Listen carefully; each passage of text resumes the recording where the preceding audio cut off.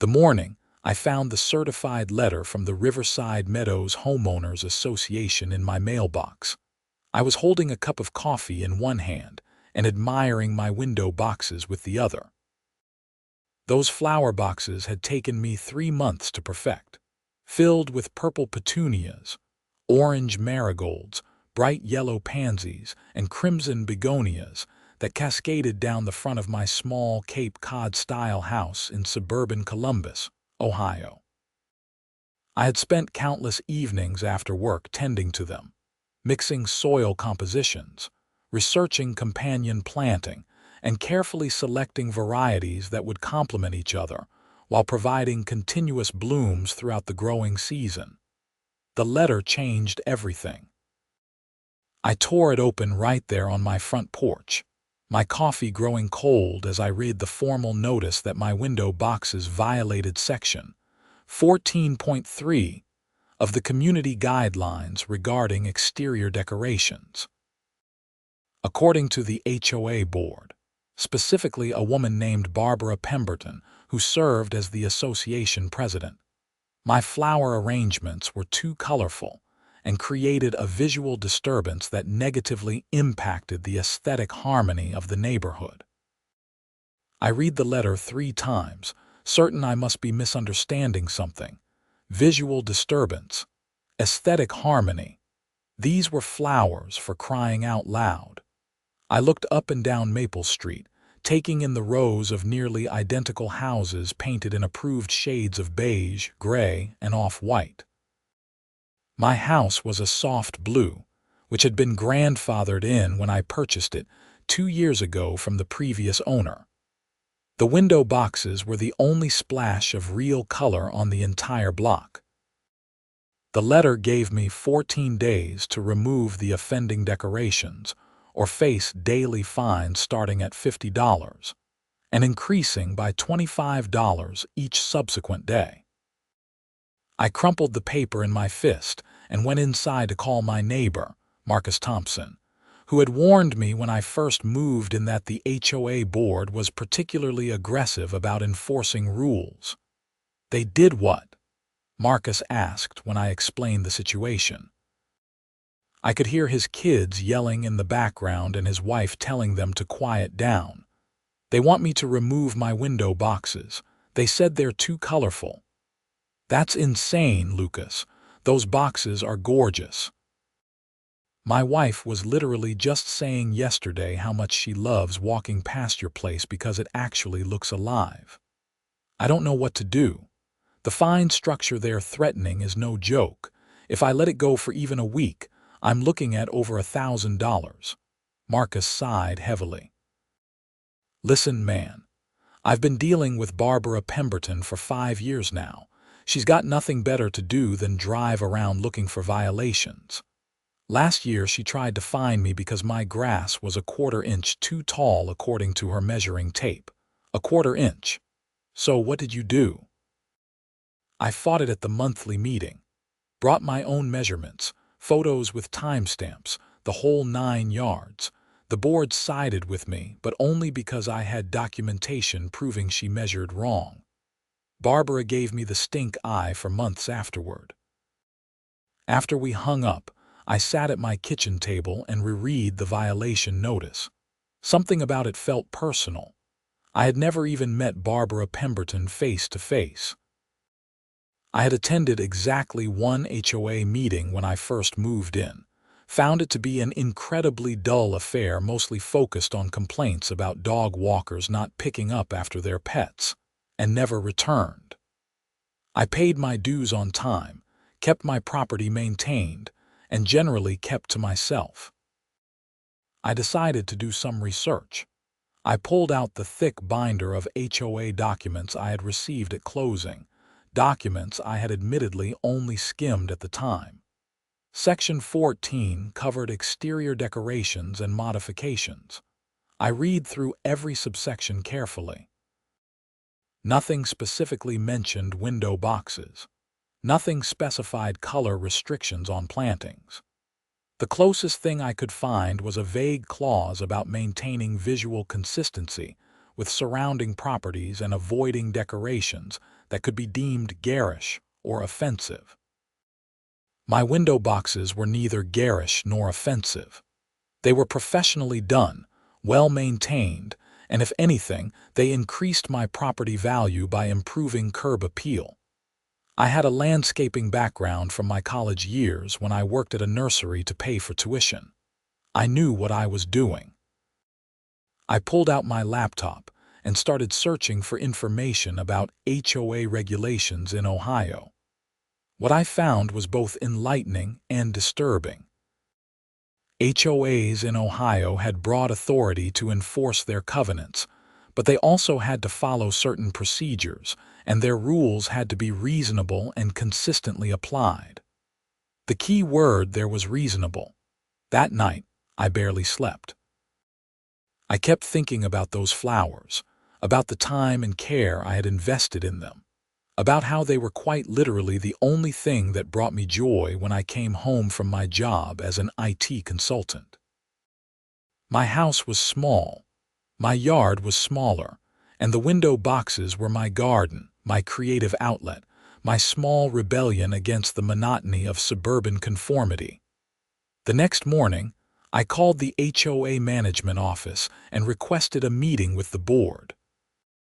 The receptionist, a tired-sounding woman named Paula, told me the next board meeting was in 3 weeks.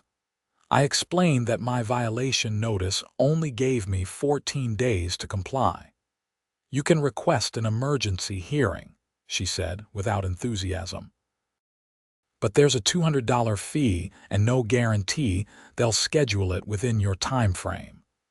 $200 just to defend myself against a bogus violation. Those are the rules, sir."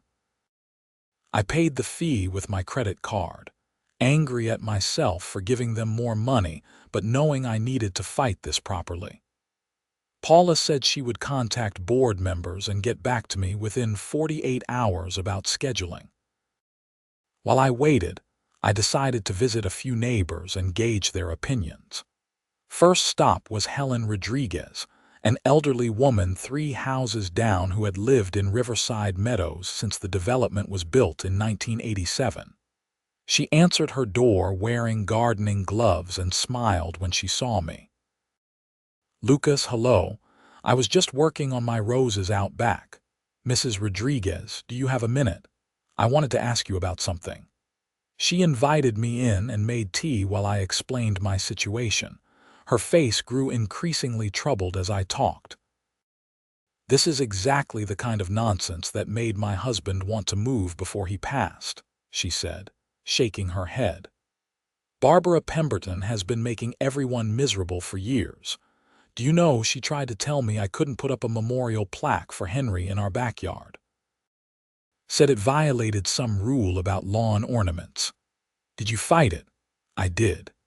And I won, but only because I got a lawyer involved and it turned out memorial items are protected under Ohio law as religious or spiritual expressions. Cost me $1,500 in legal fees to keep a simple bronze plaque in my own yard.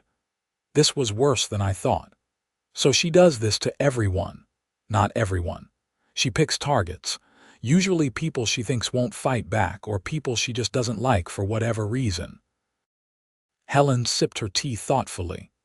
"Your window boxes are beautiful, by the way. They remind me of my grandmother's house in New Mexico. Every window had flowers spilling out of it. It was magical." I thanked her and continued my informal survey of the neighborhood. Out of the 12 neighbors I spoke with over the next 2 days, 10 said they loved my window boxes and thought the violation notice was ridiculous. The other 2 were clearly afraid to say anything that might get back to Barbara and the board. On the 3rd day, Paula from the management office called. "Mr. Xavier, the board has agreed to an emergency hearing tomorrow evening at 7 o'clock. Location is the community center on Riverside Drive. Tomorrow, that's quick. Consider yourself lucky. Mrs.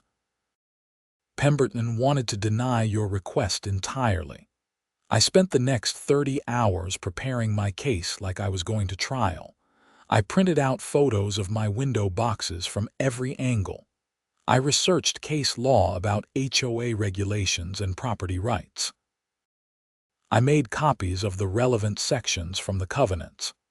I even prepared a brief presentation on the economic benefits of attractive landscaping on property values, citing multiple studies. The Riverside Meadows Community Center was a bland rectangular building that served as the hub for association meetings and the occasional neighborhood event. When I arrived at 6:45, the parking lot was already half full.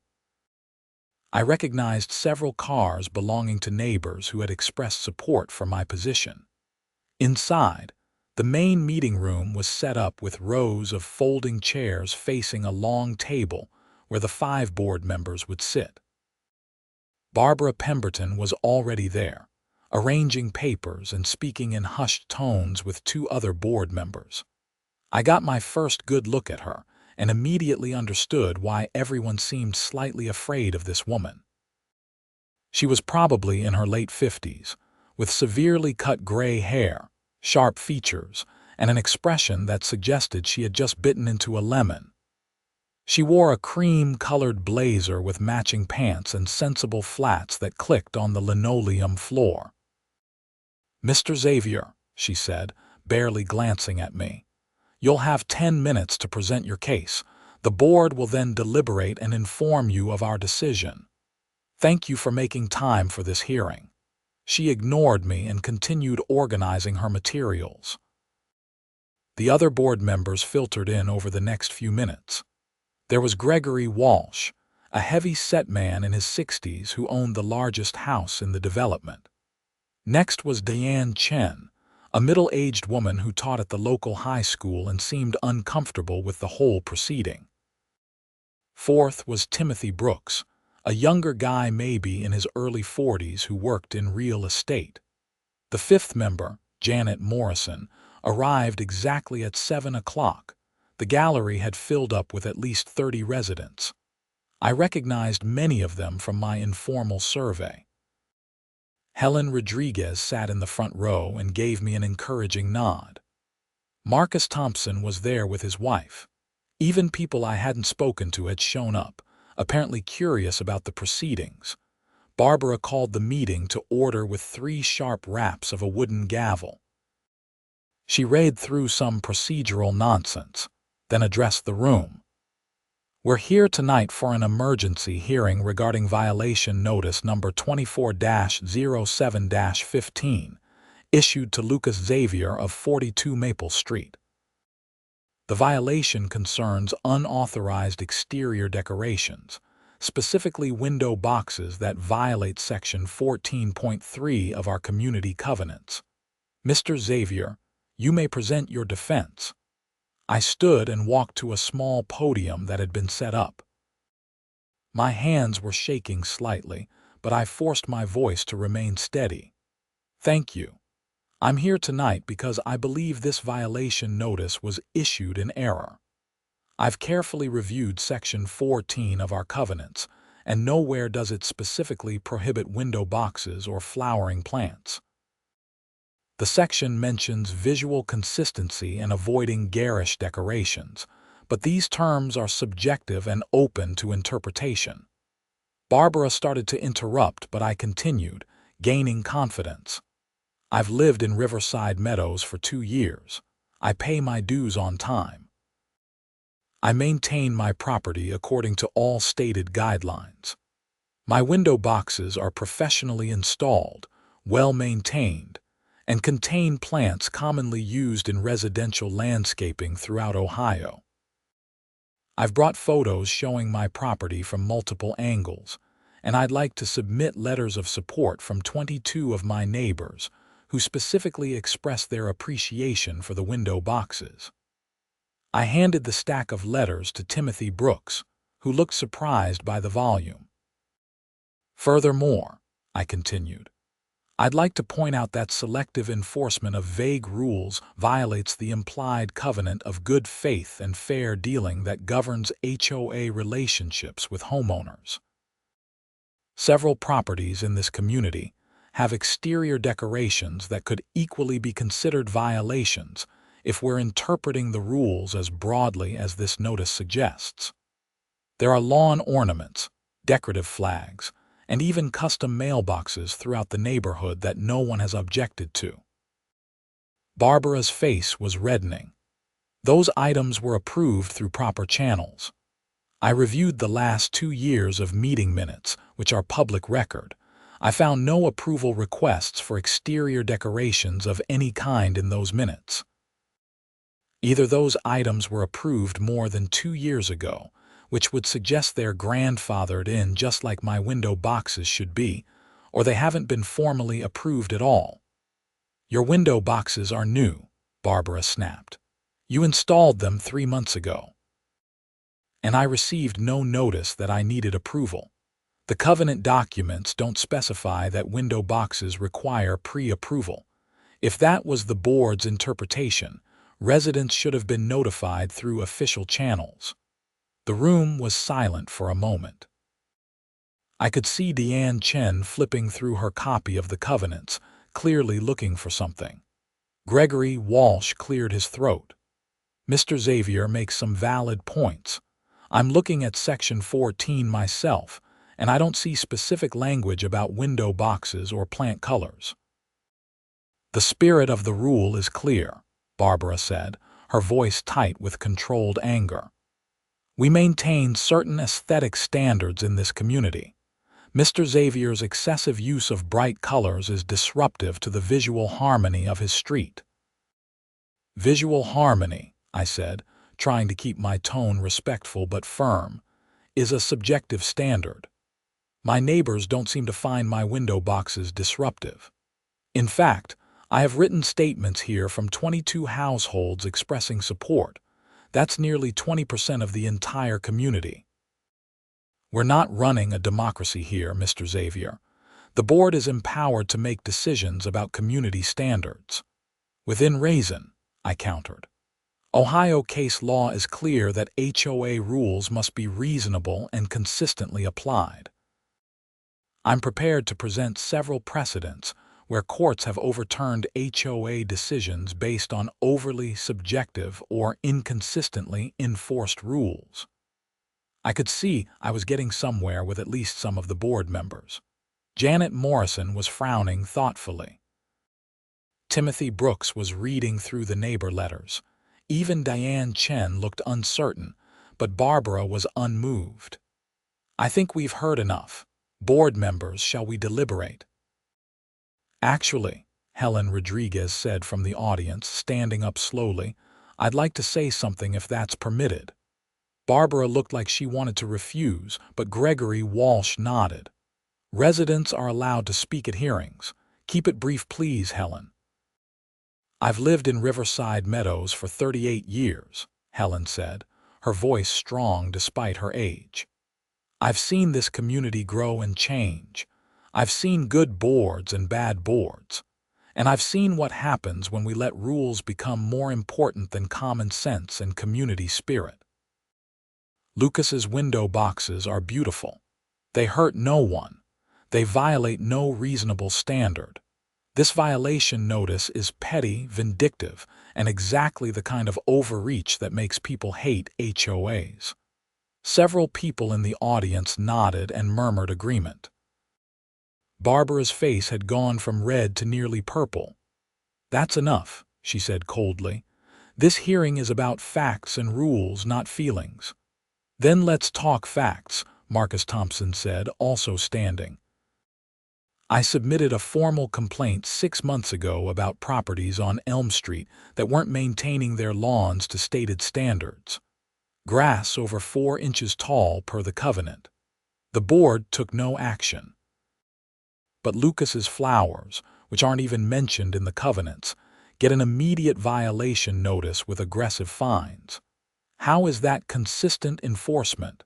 Barbara slammed her hand on the table.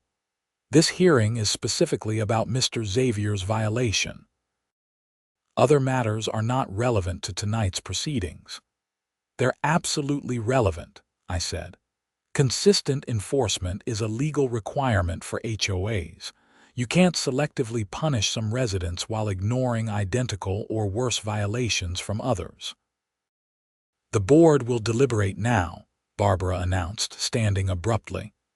Everyone except board members, please exit to the hallway. We'll call you back in when we've reached a decision. The audience filed out reluctantly. In the hallway, several neighbors approached me to offer encouragement. Helen gave me a pat on the shoulder. You did well in there. She's rattled, which means you're winning. I don't feel like I'm winning. She seems determined to rule against me no matter what I say. Barbara only has one vote, Marcus pointed out. If the other board members have any sense, they'll see how ridiculous this is. We waited for 20 minutes. Through the door, we could hear raised voices but couldn't make out words. Finally, Timothy Brooks opened the door and gestured for everyone to come back in. The board members had rearranged themselves slightly. Barbara sat in the center, her face now carefully neutral. Gregory Walsh looked uncomfortable. Diane Chen was staring at her hands. The board has deliberated, Barbara announced, reading from a prepared statement, and we have reached a decision. By a vote of 3-2, we are upholding the violation notice. Mr. Xavier, you have 14 days from the original notice date to remove your window boxes or face the fine schedule as outlined. This hearing is adjourned. The room erupted in protest. Several people were shouting questions. Helen looked furious. Marcus was shaking his head in disbelief. I felt like I had been punched in the stomach. What possible justification? I called out over the noise. You've heard evidence that contradicts every point in your violation notice. The decision is final, Barbara said, gathering her papers. Unless you wish to pursue formal arbitration, which would require following procedures outlined in Section 29 of the Covenants. She left quickly, followed by Gregory and Timothy. Janet Morrison looked like she wanted to say something but thought better of it and hurried out. Only Diane Chen remained, and she approached me cautiously. I voted against upholding the violation, she said quietly. For what it's worth. Janet did too.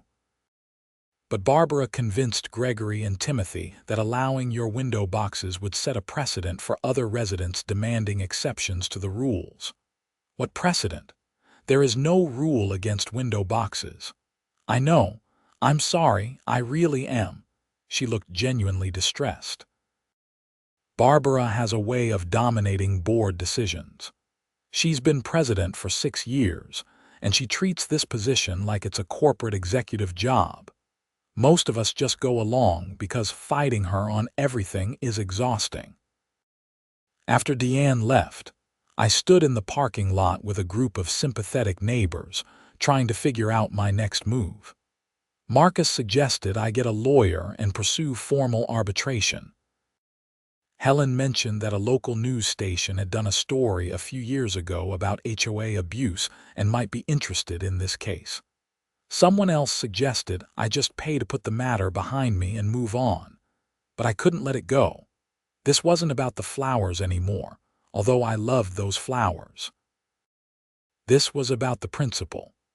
About not letting petty tyrants abuse their small amount of power. About standing up for reasonable interpretation of rules instead of allowing subjective enforcement based on personal whims. I went home that night and stood on my front porch, looking at my window boxes in the glow of the streetlight. The flowers looked beautiful, peaceful, innocent of any controversy. I had planted them thinking only about bringing some color and life to my small property. Now they had become a battlefield. The next morning, I called every HOA attorney in Columbus until I found one willing to take my case. Her name was Rebecca Chambers, and she had been practicing for 15 years with a specialty in property law and homeowner disputes. Window boxes, she said thoughtfully after I explained the situation. That's a new one. I've dealt with HOAs banning satellite dishes, political signs, even children's play equipment, but never window boxes. Tell me everything." I walked her through the whole story, from the initial violation notice through the hearing. She asked detailed questions about the covenant language, the board's decision-making process, and the evidence of inconsistent enforcement. "You have a strong case," she said finally. "Very strong. The covenant language is too vague to reasonably prohibit window boxes without explicit mention. The inconsistent enforcement angle is also compelling. Ohio courts have been increasingly skeptical of HOA overreach, especially when rules are applied arbitrarily. However, I have to warn you that fighting this will be expensive and time-consuming. We're talking months of legal proceedings and several $1,000s in fees, even if we win." "What if we don't fight it through arbitration and the legal system?" I asked. "What if we take a different approach?" "I'm listening." An idea had been forming since the previous night. There's a state fair competition for home gardening, ornamental containers specifically, the Ohio State Fair. Judging is in 3 weeks. Prize winners get featured in state gardening publications, and the competition is pretty prestigious among gardening enthusiasts. Rebecca was quiet for a moment. "You want to enter your window boxes in the competition? If they place, especially if they win, it would be pretty hard for the HOA to claim they're some kind of aesthetic disaster that harms the community. It would be documented proof that they're actually exemplary examples of residential gardening. That's not exactly legal precedent." "No, but it's public relations gold. And sometimes public pressure is more effective than legal arguments. If a supposedly garish and offensive decoration wins recognition at the state level, the HOA looks petty and foolish for banning it. That kind of negative attention can force boards to back down." Rebecca laughed. "I like how you think. It's unconventional, but it might work. In the meantime, let me draft a response to the violation notice. I'll file paperwork indicating that you're pursuing arbitration, which will pause the fine schedule while proceedings are underway. That buys us time." "How much time?" "Arbitration can take months to schedule and complete. During that period, they can't fine you as long as we're actively participating in the process." I felt hope for the first time since reading that initial letter. "Do it, and I'll register for the state fair competition today." The Ohio State Fair runs for nearly 2 weeks every summer in Columbus, and the home gardening competitions are taken very seriously by the state's agricultural and horticultural communities.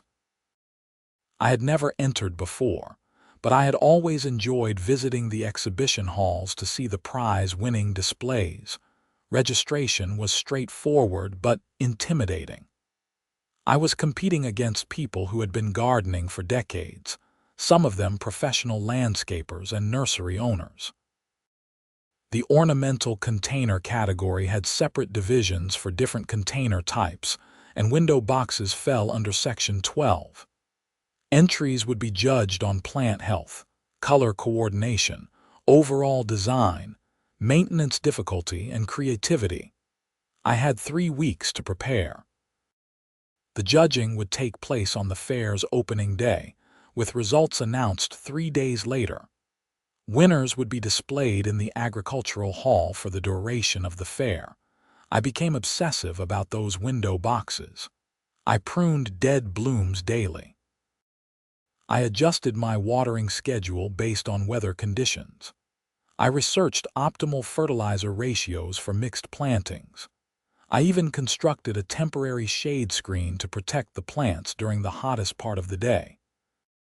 Marcus's wife, Jennifer, who had some photography experience, took professional quality photos of the boxes for the competition submission. The images were stunning. The purple and orange flowers created a complementary color scheme that drew the eye without being overwhelming. The yellow pansies added brightness, and the red begonias provided depth and richness. The plants were healthy, full, and perfectly balanced in their arrangement. Meanwhile, Rebecca was working the legal angles. She filed for arbitration and submitted a detailed response to the violation notice, arguing all the points I had raised at the hearing plus several additional legal arguments. She also sent a letter to the board warning them about potential liability for selective enforcement and violation of fair housing principles. Barbara Pemberton responded with her own letter, escalating the rhetoric and insisting the board had absolute authority to interpret covenants as they saw fit. She also made a subtle threat, suggesting that continued resistance could result in additional violations being identified on my property. "She's trying to intimidate you," Rebecca said when I forwarded her Barbara's letter. "It's a common tactic. Don't worry about it. Document everything, keep your property in perfect condition, and don't give them any legitimate violations to work with." The stress was getting to me. I wasn't sleeping well. I was distracted at work. Every time I came home, I half expected to find my window boxes vandalized or more violation notices taped to my door. The joy I had taken in gardening was being poisoned by anxiety. Then, about a week before the fair, something unexpected happened. I came home to find a small envelope tucked into my screen door. Inside was a handwritten note from Deanne Chen. "Lucas, I want you to know that several board members are very uncomfortable with how this situation has been handled. Barbara is exerting pressure to make an example of your case, but there is growing sentiment that we need to review our covenant enforcement procedures. Please don't give up. Your window boxes are beautiful, and you deserve to have them. This process has made me realize I need to be more active in opposing unreasonable board decisions. Deanne." I read the note 3 times. It was encouraging but also frustrating. If board members knew the decision was wrong, why wouldn't they stand up to Barbara? Why did it take a public fight for anyone to question the enforcement process? I showed the note to Rebecca during our next phone call. She sighed. HOA boards are notorious for this kind of dysfunction. One strong personality dominates, everyone else goes along to avoid conflict, and homeowners suffer. The good news is that dissent on the board could work in our favor if this goes to arbitration. We can subpoena internal communications, and if there's evidence that board members felt pressured or knew the decision was wrong but voted for it anyway, that strengthens our case. How long until arbitration gets scheduled? Probably another 6 to 8 weeks. These things move slowly. The day before the fair, I carefully removed my window boxes from their mounting brackets. I had constructed a special transport frame to keep them stable during the drive to the fairgrounds. Each box was 2 feet wide and 16 inches deep, filled with perfectly arranged flowers that had been my constant companions for months now. The fairgrounds were chaotic with setup activity when I arrived at the agricultural hall. Hundreds of entries were being checked in across dozens of categories. The ornamental container section was near the back of the hall, with long tables set up to display the entries. A volunteer checked my registration and assigned me space number 42. I carefully positioned my window boxes on the display table, arranged the identification card, and stepped back to look at them objectively. They really were beautiful. Even here, surrounded by other impressive displays, my boxes stood out. "Those are gorgeous," a woman next to me said. She was arranging her own entry, a large ceramic pot filled with ornamental grasses and succulents. "The color combination is perfect. Did you design them yourself?" I did. Spent about 3 months getting everything right. It shows. I've been entering this competition for 12 years, and I'd say those have a real shot at placing. The judges love bold color choices when they're well executed. After setup was complete, I spent an hour walking through the other exhibition halls, looking at livestock, handmade crafts, and agricultural displays. The fair wouldn't officially open to the public until the next morning, but the behind-the-scenes preparation was fascinating. Ohio took its state fair seriously. I barely slept that night, anxious about the judging.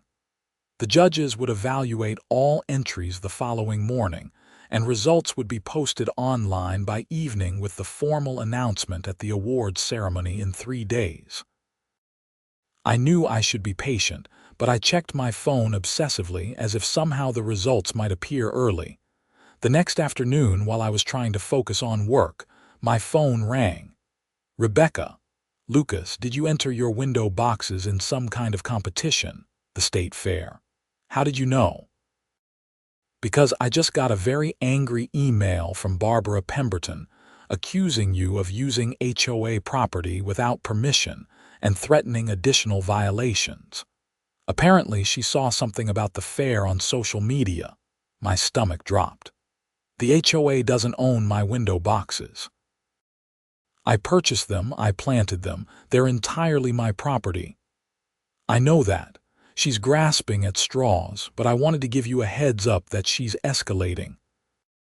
She's also threatening to fine you for the boxes being temporarily removed from your house, claiming it violates some rule about obtaining approval before removing exterior fixtures." "That's insane. They're the ones who wanted me to remove them." Like I said, grasping at straws. "Don't worry about it. I'll handle her. You focus on your competition." That evening, the results were posted. I was at home, pacing my kitchen, when I finally forced myself to check the website. The ornamental container category results were listed in alphabetical order by entry number. I scrolled down to Section 12, Window Boxes, Division 2, 3rd place. Entry number 42. Lucas Xavier. Purple and orange mixed planting with complementary accent colors, 3rd place at the state fair. Out of 47 entries in my category, I had placed 3rd. I actually yelled out loud, startling my neighbor's dog into a barking fit. I immediately called Rebecca. We placed 3rd place. My supposedly offensive and garish window boxes took 3rd place at the Ohio State Fair. Rebecca laughed with genuine delight. "That's fantastic. Congratulations." And from a legal strategy standpoint, this is exactly what we needed. I'm going to draft a letter to the board immediately, highlighting this achievement and requesting they reconsider their position in light of objective expert judgment that contradicts their characterization of your property. Do you think it will work? If they have any sense at all, yes. Continuing to fine you for something that has literally won a state-level award for excellence makes them look ridiculous. But we're dealing with Barbara Pemberton, who doesn't seem particularly concerned with looking ridiculous. The formal awards ceremony was scheduled for 3 days later, on Saturday afternoon. I invited Marcus, Jennifer, and Helen to come with me. Jennifer was thrilled, having taken the winning photographs. Marcus just wanted to see the look on Barbara's face when she found out. Word had spread quickly through Riverside Meadows about my placement. Several more neighbors reached out to congratulate me and express their frustration with the HOA board. One neighbor, Sarah Mitchell, who I had barely spoken to before, sent me a long email about her own struggles with Barbara over a decorative bird bath that had been deemed too large and a violation of the lawn ornament restrictions. "She made me remove a bird bath my grandmother gave me," Sarah wrote. "It wasn't hurting anyone, but Barbara said it was too prominent and drew attention from the street. I was new to the neighborhood and didn't know I could fight back. After seeing what you're doing, I'm wondering if I should try to get it reinstated." I forwarded the email to Rebecca. "How many other people has Barbara done this to?" "Probably more than we know," Rebecca replied. "HOA abuse thrives on people not fighting back. Every person who quietly complies emboldens the board to continue overreaching. Your case is important because you're pushing back, and that encourages others to do the same. Saturday arrived hot and sunny, perfect fair weather. The agricultural hall was packed with people when we arrived for the ceremony. The ornamental container displays had attracted significant attention, with visitors photographing their favorite entries and discussing planting techniques. My window boxes were positioned on a raised platform with the other winning entries, along with a blue third-place ribbon and a small plaque. Several people had stopped to admire them, and I overheard fragments of conversation about color balance and plant selection. It felt surreal and wonderful. The ceremony itself was straightforward but meaningful. A representative from the Ohio Department of Agriculture gave a speech about the importance of home gardening and horticultural education. Then, winners were called up by category to receive certificates and have their photos taken. When they announced my name for third place in window boxes, I walked up to scattered applause. The certificate was surprisingly fancy, printed on heavy paper with an embossed seal. The judge who handed it to me, an older woman with dirt still visible under her fingernails, smiled warmly. Your entry showed excellent understanding of color theory and companion planting. The maintenance level was clearly very high. Keep up the good work. After the ceremony, a reporter from a local gardening blog approached me and asked if I'd be willing to answer some questions about my entry. I agreed, and during the interview, I decided to mention the HOA situation. The reporter's eyes lit up. Wait, your homeowners association is trying to ban these award-winning window boxes. They issued a violation notice saying they're too colorful and violate community aesthetic standards. That's absurd. This is definitely a story our readers would be interested in. Would you be willing to go on record about it? I glanced at Rebecca, who had joined me after the ceremony. She nodded subtly. Yes, I said. I think people should know about this kind of HOA overreach. The blog post went live 2 days later with photos of my window boxes, the state fair ribbon, and a detailed account of the HOA battle. The headline read, "Award-winning garden display banned by Homeowners Association." Within hours, it had been shared dozens of times on social media. By the next morning, a Columbus television station had picked up the story. That's when things really escalated. A local news crew came to Riverside Meadows to film my house and interview me. They also requested comment from Barbara Pemberton and the HOA board. According to the producer I spoke with, Barbara had refused to speak on camera, but sent a written statement defending the board's decision and claiming the news coverage was based on misrepresentations. The segment aired during the evening news on a Thursday, exactly 1 day before the next scheduled HOA board meeting. The reporter had done an excellent job presenting the story, showing my award-winning window boxes, interviewing supportive neighbors, and highlighting the questionable enforcement of vague rules. They even brought in a property law expert who commented that the HOA's actions appeared to violate principles of reasonable covenant interpretation. My phone started ringing immediately after the broadcast. Other homeowners from communities across Columbus, all with their own HOA horror stories. A woman from Worthington who had been fined for hanging a hummingbird feeder. A man from Dublin whose children's chalk art on the driveway resulted in a violation notice. A couple from Hilliard who fought for 2 years over the color they painted their front door. Rebecca called me late that evening. "Have you seen the board's response to the news coverage?" "No. What did they say?" Barbara sent an email to all residents claiming the news story was inaccurate and misleading. She's also calling for an emergency board meeting tomorrow night to discuss what she's calling my harassment and disruptive behavior. Disruptive? I've been trying to resolve this through proper channels the entire time. She's desperate. The public attention is making the board look bad, which makes her look bad. She's trying to regain control of the narrative. This emergency meeting could actually work in our favor, though. It's scheduled with less than 24 hours notice, which violates the HOA's own bylaws about meeting notification.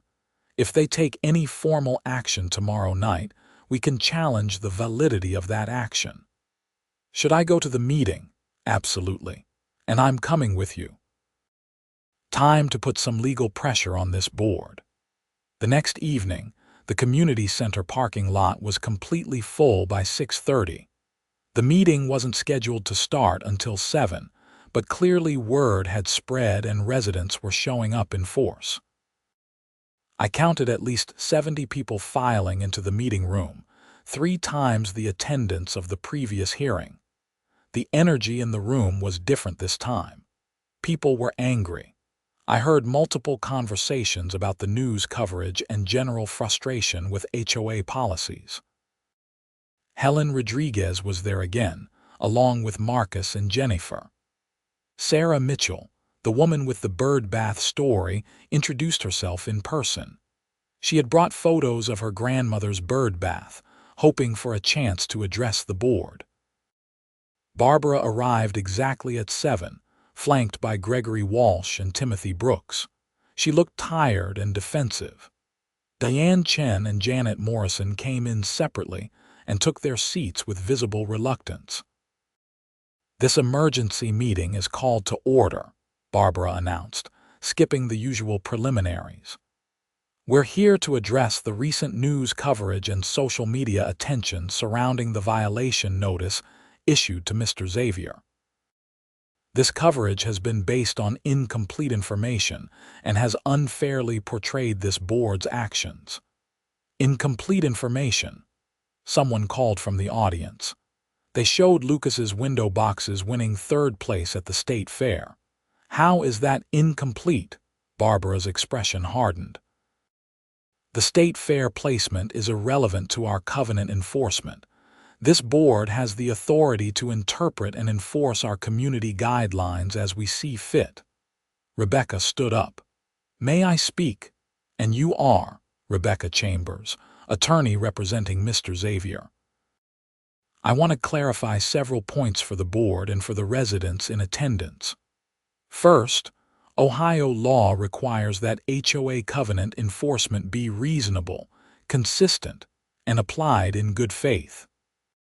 Second, this emergency meeting was called with insufficient notice as required by your own bylaws, which specify 72 hours minimum notice for any meeting where formal votes may occur. Third, the media coverage was entirely accurate, based on documented facts and public records." Barbara looked like she wanted to argue but seemed to think better of it. Gregory Walsh leaned over and whispered something to her. "We're not taking any formal votes tonight," Barbara said stiffly. "This is a discussion meeting only." "Then let's discuss," Helen Rodriguez said, standing up. "Let's discuss why this board thinks it's appropriate to fine a homeowner for flowers that won recognition at the state level. Let's discuss why some property violations are aggressively enforced while others are ignored. Let's discuss why several of us feel intimidated and harassed by overly rigid interpretation of rules." A murmur of agreement swept through the room. Barbara tried to regain control. If residents have complaints about enforcement, they can submit them in writing following proper procedures. "We did submit complaints," Marcus Thompson said loudly. "I submitted a formal complaint about neglected properties 6 months ago and got no response. Meanwhile, Lucas's beautiful flowers get immediate violation notices. Why?" "Each case is evaluated individually based on its specific circumstances." "That's not an answer," someone else called out. That's bureaucratic nonsense. The meeting was quickly devolving into chaos. Board members were trying to speak over each other and over the audience. People were shouting questions and complaints. Timothy Brooks looked overwhelmed. Even Barbara seemed to be losing her grip on the proceedings. Finally, Diane Chen stood up and spoke loudly enough to be heard over the noise. "Can we all please just calm down for a moment?" She waited until the room quieted slightly. "I want to say something, and I want it on the record. I voted against upholding Lucas's violation notice. I thought then, and I think now, that it was the wrong decision." The board majority was swayed by arguments about setting precedents and maintaining strict interpretation of rules, but we failed to apply common sense and community values. Barbara turned to glare at her. "Diane, this is not the time. This is exactly the time." "Barbara, you've done an excellent job managing many aspects of this community. Our financials are in great shape, we've improved our common areas, and you've resolved several legitimate property disputes over the years. But you're wrong about this. Lucas's window boxes are beautiful, award-winning, and not harmful to anyone. Forcing him to remove them makes us look petty and unreasonable. It is petty and unreasonable." Janet Morrison nodded. "I agree with Diane. I also voted against the violation, but I should have been more vocal about my concerns. This has gone too far." Gregory Walsh cleared his throat uncomfortably. "I'm starting to think maybe we should reconsider the original decision." "We are not reconsidering anything," Barbara snapped. "The board made its decision through proper procedures. That decision stands." "Unless the board votes to reverse it," Rebecca interjected, "which they can do at any properly noticed meeting." "We're done here," Barbara said, standing abruptly. "This meeting is adjourned." "You can't adjourn a meeting that was improperly called in the first place," Rebecca called after her. But Barbara was already walking out, moving quickly toward the exit. Gregory and Timothy followed her, though Timothy paused to glance back at the room with an apologetic expression. Diane and Janet remained, and they were immediately surrounded by residents wanting to talk. I made my way over to them. Diane looked exhausted but relieved. "I'm sorry it took me so long to say that publicly," she told me. "Barbara has a way of making you doubt yourself, of making you think that following rules exactly as written is more important than whether those rules make sense." But seeing the news coverage, seeing how ridiculous we look to outsiders, it helped me realize we've lost perspective. "Thank you for speaking up," I said sincerely. "It means a lot." Janet added, "We're calling for a special meeting next week, properly noticed this time, to vote on rescinding your violation. With 3 of us voting yes, that should be enough to overturn the decision." "Will Barbara try to stop it?" "She can't. Any 2 board members can call for a special meeting on a specific issue. She'll be outvoted." Over the next week, the story continued to generate attention. The gardening blog post had been picked up by several news outlets across Ohio. I did 2 more interviews, one with a regional newspaper and another with a podcast about property rights. Each time, I emphasized not just my specific situation but the broader issue of HOA overreach and the need for reasonable covenant interpretation. The response was overwhelming. I received emails from homeowners dealing with similar issues, from attorneys offering advice, and from advocacy groups focused on HOA reform. One organization, the Ohio Homeowners Rights Coalition, even reached out about using my case as part of their legislative push for new state regulations on HOA enforcement practices. Sarah Mitchell decided to formally challenge the decision about her bird bath. She contacted Rebecca about representation, and Rebecca agreed to take her case as well. 2 other neighbors came forward with their own enforcement complaints. What had started as my personal battle over window boxes was becoming a community-wide reckoning with years of questionable board decisions. The special meeting was scheduled for the following Tuesday evening. Rebecca advised me to stay quiet and let the board members who supported me take the lead. "This needs to be their decision," she explained. "If it looks like you're forcing the issue through public pressure, Barbara will use that to claim the board is caving to intimidation." Tuesday arrived rainy and cold, unusual for July. The community center was packed again, with even more residents than the previous meeting. I recognized faces I had never seen at an HOA gathering before. Clearly, the controversy had awakened people's interest in how their community was being governed. Barbara called the meeting to order with obvious reluctance. She looked terrible, with dark circles under her eyes and a pinched expression. The agenda had only one item: reconsideration of violation notice 24-07-15. Diane Chen spoke first. "I move that we rescind the violation notice issued to Lucas Xavier and formally recognize that window boxes with flowering plants do not violate Section 14.3 of our covenants." "I second the motion," Janet Morrison said immediately. Barbara's jaw tightened. Discussion. "I think this is the right decision," Gregory Walsh said. "I've been doing my own research on HOA liability for unreasonable enforcement, and I'm concerned we've exposed ourselves to legal problems. Beyond that, I've received a lot of feedback from residents who support Mr. Xavier's position. As board members, we need to listen to the community." Timothy Brooks nodded. "I agree. I think we made a mistake in the original hearing.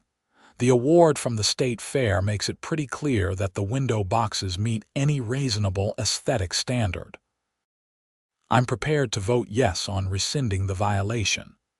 "This is a mistake," Barbara said coldly. "We're setting a precedent that residents can ignore board decisions by generating negative publicity. We're undermining our authority to enforce any rules if people don't like them."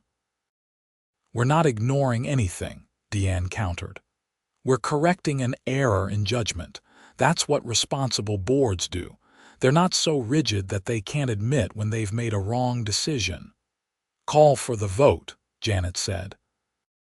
Barbara looked around the table, clearly calculating that she was going to lose. "All in favor of rescinding the violation notice indicate by saying aye." 4 voices said aye in unison: Diane, Janet, Gregory, and Timothy. "Opposed?" "No," Barbara said, her voice sharp with anger. "The motion passes 4-1. The violation notice is rescinded." Barbara gathered her papers quickly. "Is there any other business?" "No. This meeting is adjourned." She left without looking at anyone, her footsteps echoing in the sudden silence. Then the room erupted in applause. Neighbors were congratulating me, shaking my hand, hugging me. Helen Rodriguez had tears in her eyes. Marcus was grinning widely. Rebecca looked satisfied and professional, but I could tell she was pleased with the outcome. Diane approached me as the crowd thinned. "I want you to know this wasn't easy for any of us. Barbara has been a forceful presence on this board for years. Standing up to her feels risky, but it was the right thing to do. Thank you. Seriously, thank you. You didn't have to put yourself in that position." "Actually, I did." That's what board membership is supposed to be about, making good decisions for the community, even when it's uncomfortable. The aftermath was complicated. Barbara Pemberton resigned from the board 3 days later, citing personal reasons but clearly unable to stomach serving on a board where she no longer controlled the majority. Her resignation letter was curt and formal, with no acknowledgement of the window box controversy or any other issues. Gregory Walsh was elected as the new board president. One of his first actions was to propose a comprehensive review of all covenant enforcement procedures, with input from residents. A committee was formed to evaluate which rules needed clarification, which needed revision, and which needed to be eliminated entirely as outdated or unreasonable. Sarah Mitchell got her birdbath back.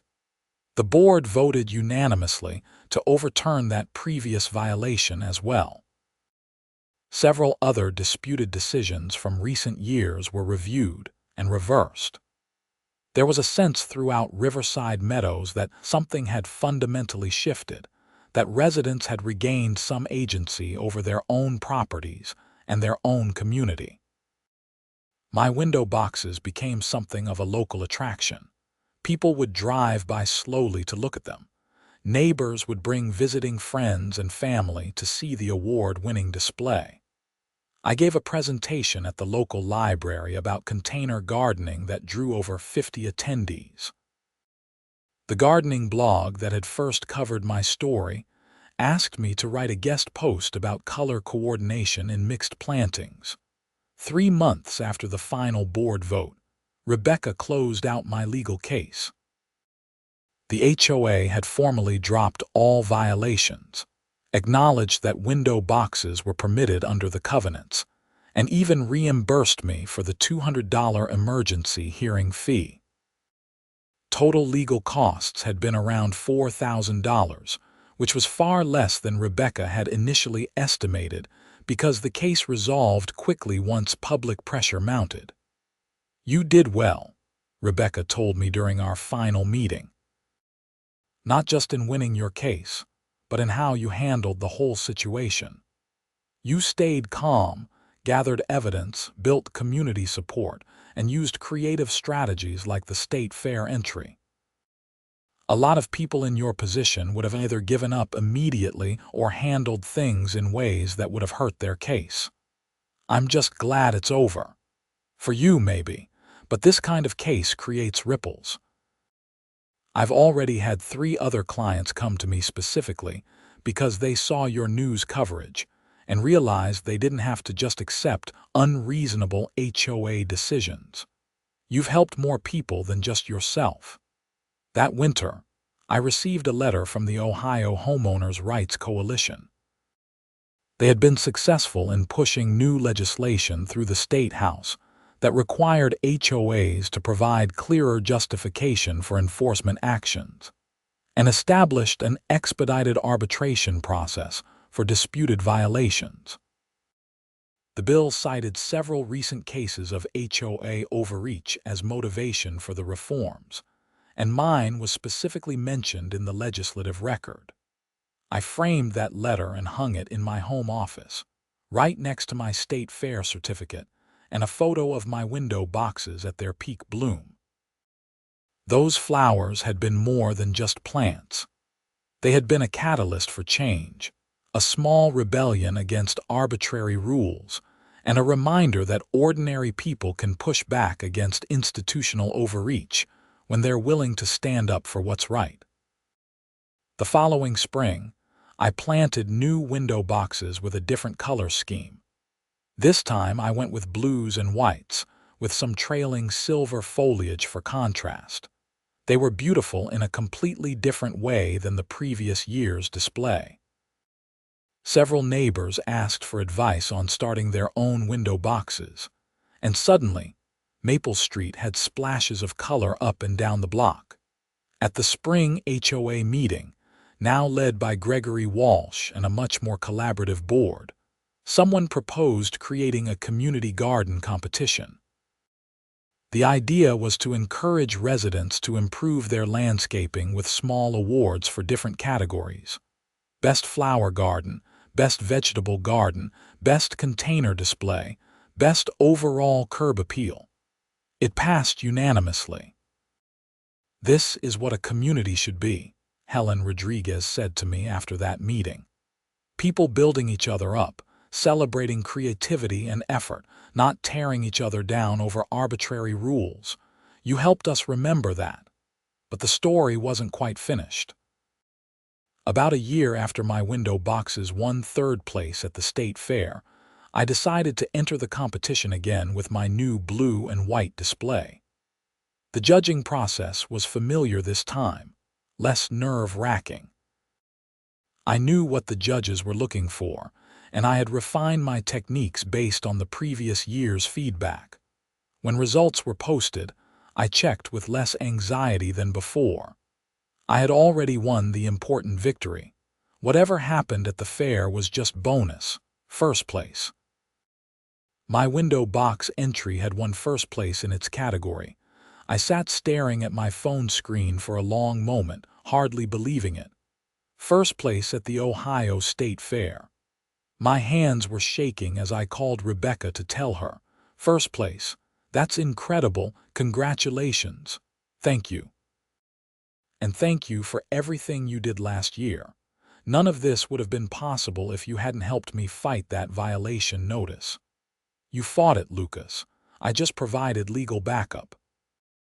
You were the one willing to stand up to the HOA when most people would have just removed the boxes and moved on." The first place award came with more than just a ribbon and certificate. It included a feature article in Ohio Gardening magazine and an invitation to give demonstrations at gardening shows throughout the state. My small act of horticultural defiance had somehow turned into a minor public profile.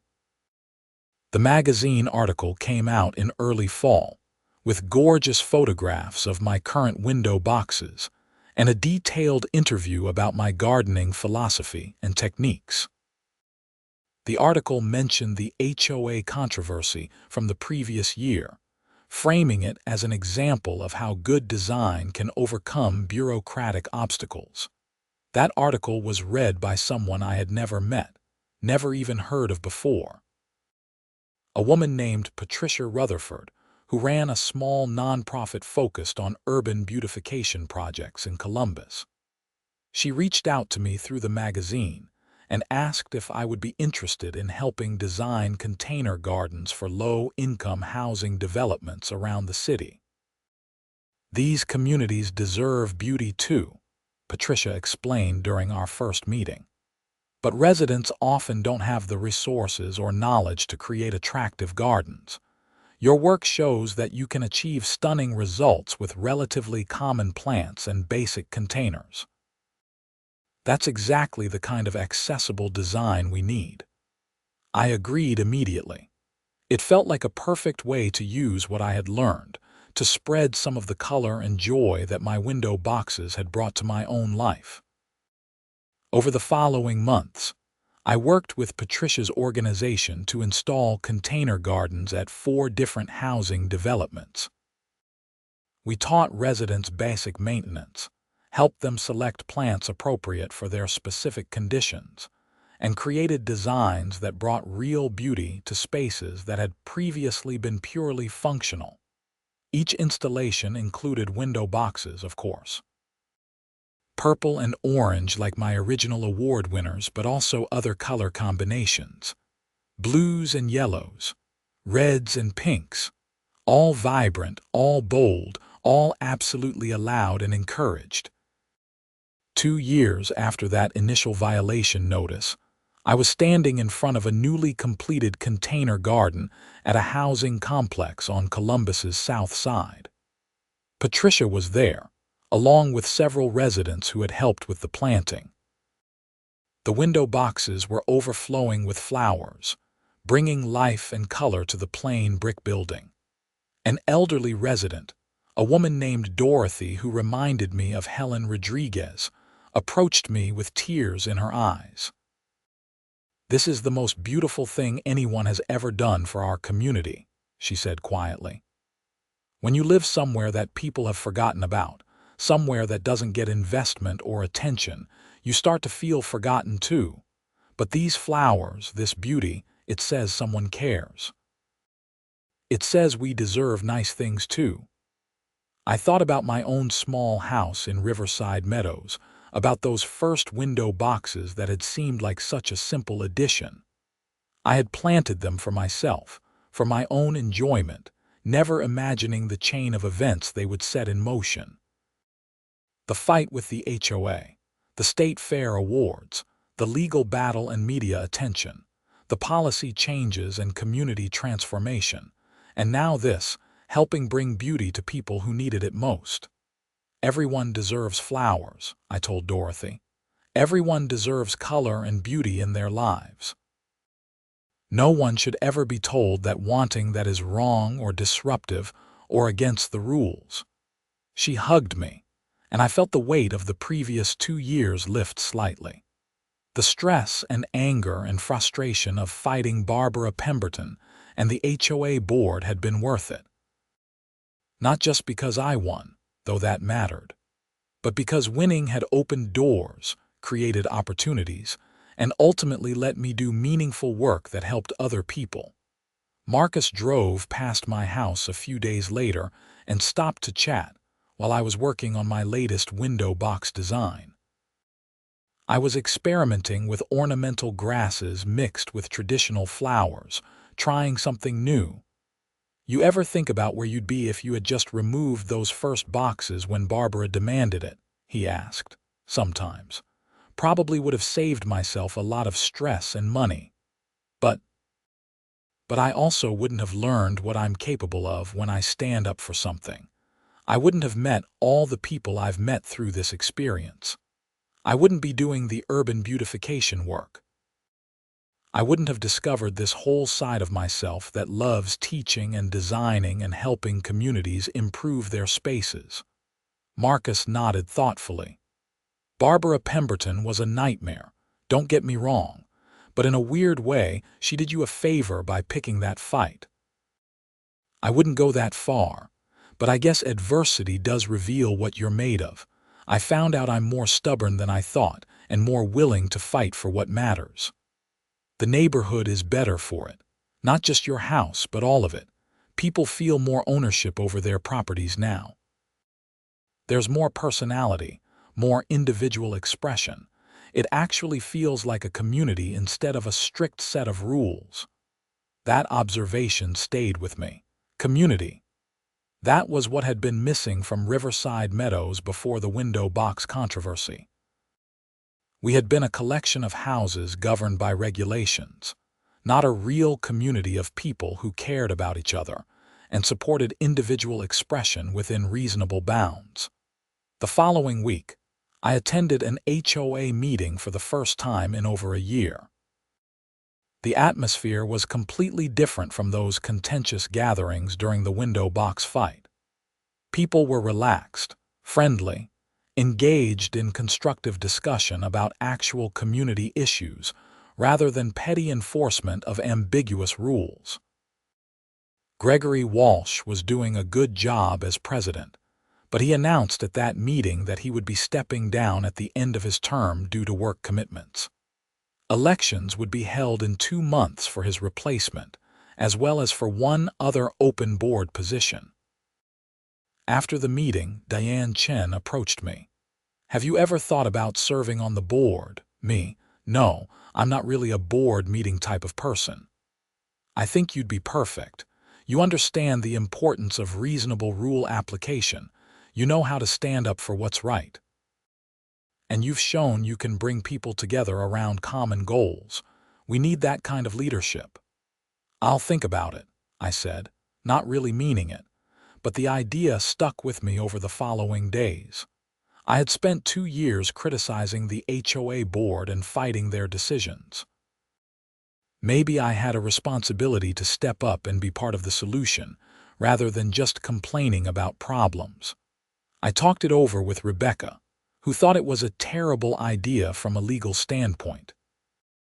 "You'll open yourself up to liability, complaints, and all the headaches that come with HOA governance," she warned. I talked it over with Helen Rodriguez, who thought it was a wonderful idea. "You'd be a voice for common sense and fairness. We need more board members like that." I talked it over with Patricia from the Urban Beautification nonprofit, who was neutral. "It's a time commitment that might take away from your garden design work, but it could also give you valuable experience in governance and community organizing." In the end, I decided to run. I put together a simple campaign statement focusing on reasonable rule enforcement, community engagement, and supporting property owners' rights to personalize their homes within appropriate bounds. I didn't expect to win, honestly. I was still the guy who had caused all that controversy, who had generated negative news coverage, who had fought publicly with the previous board president. But I won, by a significant margin. Apparently, a lot of residents remembered the window box battle and appreciated my willingness to stand up to unreasonable authority. They wanted someone on the board who would prioritize community welfare over rigid rule enforcement. My first board meeting as an elected member felt surreal. I sat at the same table where Barbara Pemberton had once ruled with an iron fist, where I had argued my case about flowers and aesthetic standards. Now, I was on the other side of that table, responsible for making decisions about other people's properties and complaints. It was harder than I expected. Every decision involved balancing different interests, interpreting ambiguous rules, trying to be fair while also maintaining community standards. I gained a new appreciation for the difficulty of HOA governance, even as I remained committed to applying rules reasonably and with empathy. One of my first actions as a board member was proposing an amendment to the covenants that explicitly permitted window boxes, container gardens, and similar plantings without pre-approval, as long as they were maintained in good condition. The amendment passed unanimously at a community vote.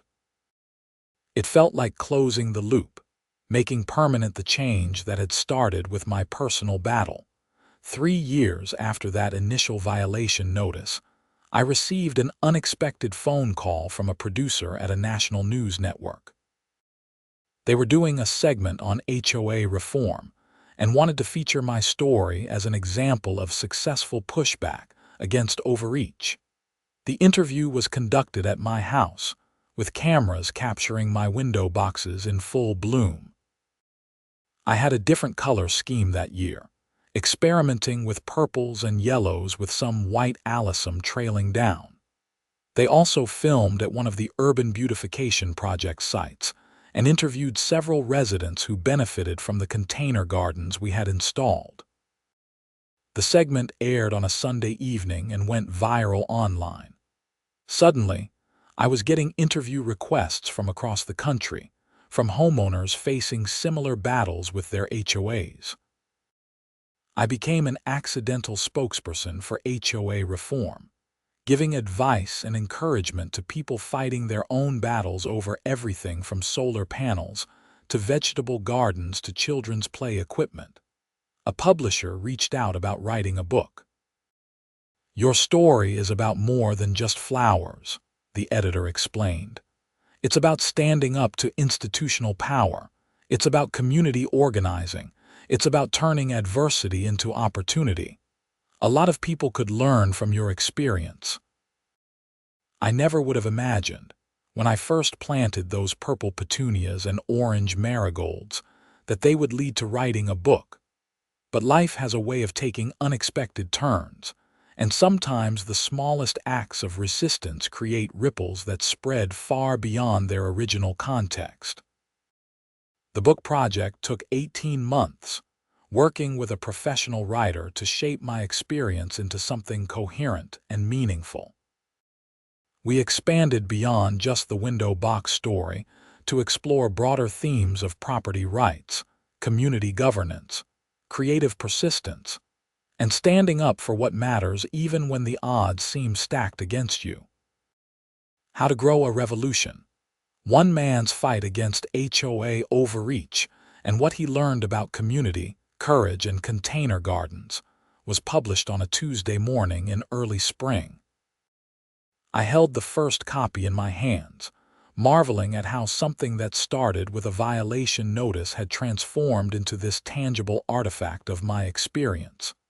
The book did reasonably well, especially among readers interested in property rights and HOA issues.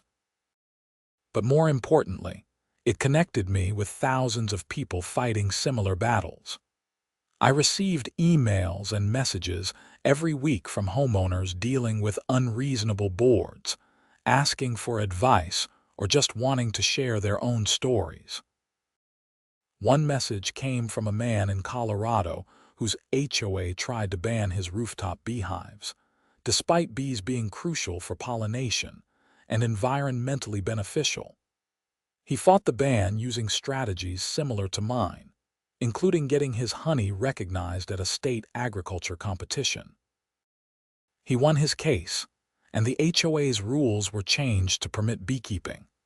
Another came from a woman in Florida whose community tried to prohibit vegetable gardens in front yards.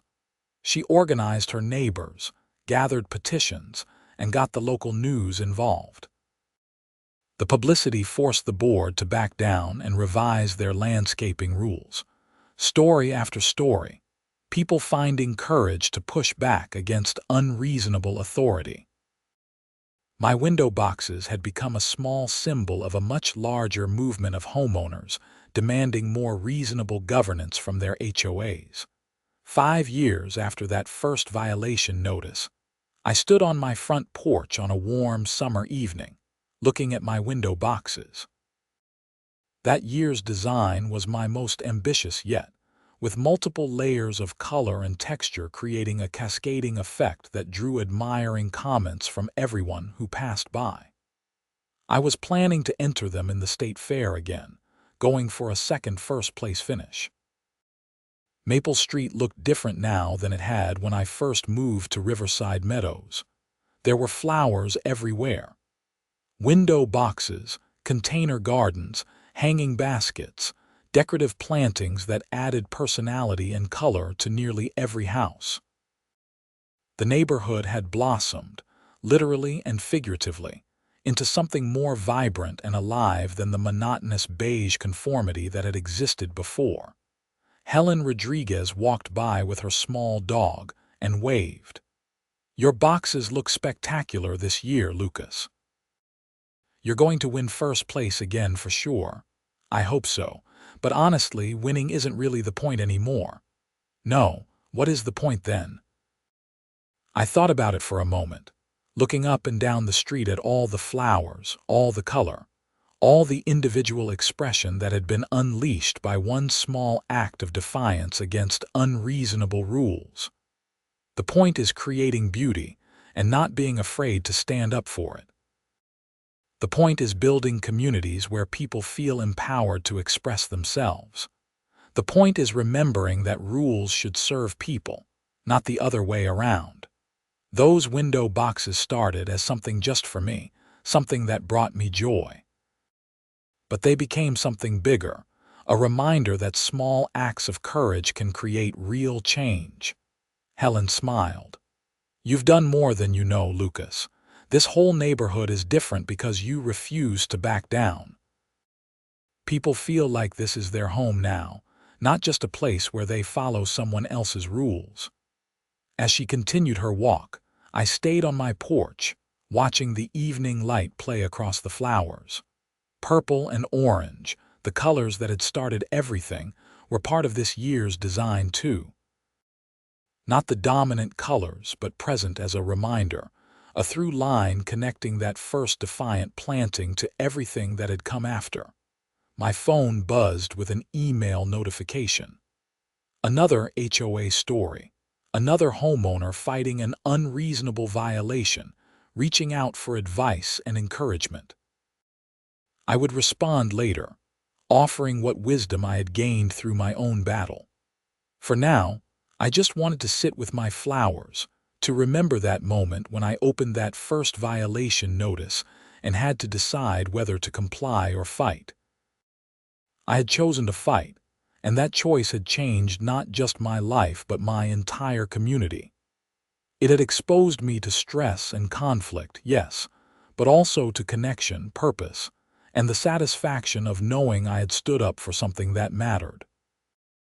Those window boxes, those supposedly offensive and garish displays of color, had won third place at the state fair during that first terrible summer. That bronze ribbon had been my vindication. proof that beauty was in the eye of the beholder, and that HOA boards didn't get to dictate what constituted aesthetic value. Now, years later, with a first-place ribbon on my wall, a book published, and a community transformed, I could look back on that whole experience with gratitude. Not for the conflict itself, but for what it revealed about resilience, community, and the importance of standing up for beauty in a world that too often defaults to bland conformity. The flowers swayed gently in the evening breeze, their colors vivid against the soft blue of my house. They were just plants, just arrangements of petals and leaves, but they were also symbols of something larger, reminders that ordinary people can create change when they refuse to accept unreasonable restrictions on their lives. I thought about Barbara Pemberton sometimes, wondering where she had gone after resigning from the board. I held no ill will toward her anymore. She had been doing what she thought was right, enforcing rules as she understood them. We had simply disagreed, fundamentally and irreconcilably, about what those rules meant and how they should be applied. Our conflict had been inevitable once she decided my flowers were violations, and I decided they were worth fighting for. The sun set slowly, painting the sky in shades that complemented my window boxes perfectly. I went inside eventually, leaving the flowers to bloom in the darkness, doing what flowers do best regardless of whether anyone was watching. Creating beauty simply because that was their nature, unmindful of rules or regulations or anyone's opinion about whether they belonged. And that, I thought, was the real lesson of the whole experience. Beauty exists whether it's approved or not. Joy cannot be regulated away. Community flourishes when people are empowered to express themselves within reasonable bounds.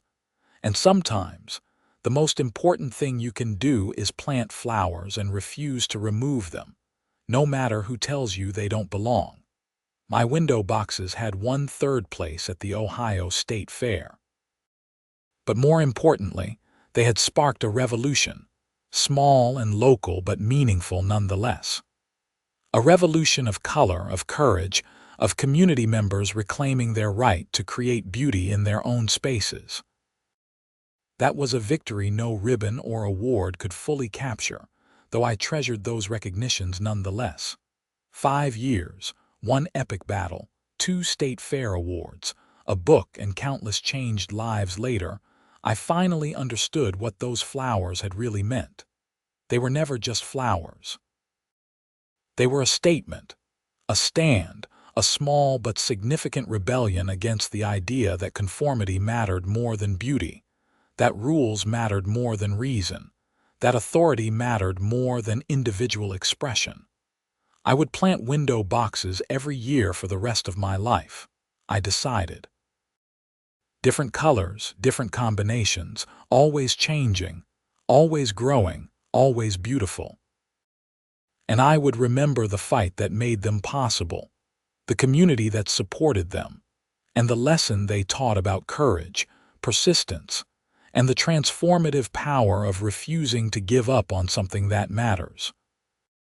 The window boxes that won third place at the state fair had changed everything. They had taught me who I was, what I valued, and what I was capable of when pushed.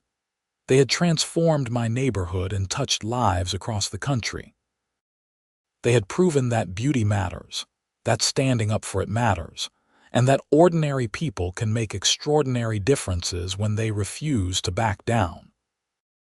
Those flowers, banned by an overreaching HOA and vindicated by state fair judges, had blossomed into something far more significant than their physical beauty. They had become a symbol, a story, a movement. And they would continue blooming, in my window boxes, and in the hearts of everyone who heard their story and found courage to fight their own battles for beauty, reason, and community.